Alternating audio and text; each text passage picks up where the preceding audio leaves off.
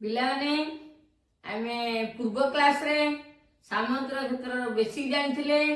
ଆଜି କେତୋଟି ଫର୍ମୁଲା ଜାଣିବା ଆଉ ସେ ସମ୍ବନ୍ଧୀୟ ଗଣିତ କରିବା।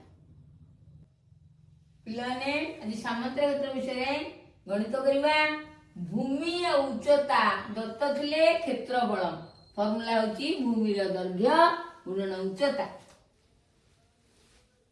प्रश्न अच्छी भूमि 8 सेमी उच्चता 7 सेमी हेले क्षेत्रफल केते?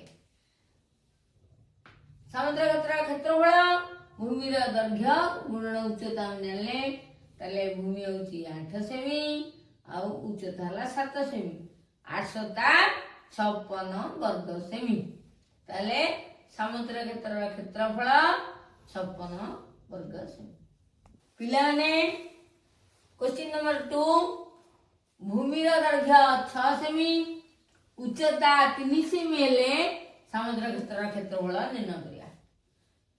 समुद्र क्षेत्र चित्रटी देखंतु एला ए बी सी डी समुद्र क्षेत्र भूमि 6 सेमी उच्चता 3 सेमी ताले क्षेत्रफल होची भूमि इंटू उच्चता।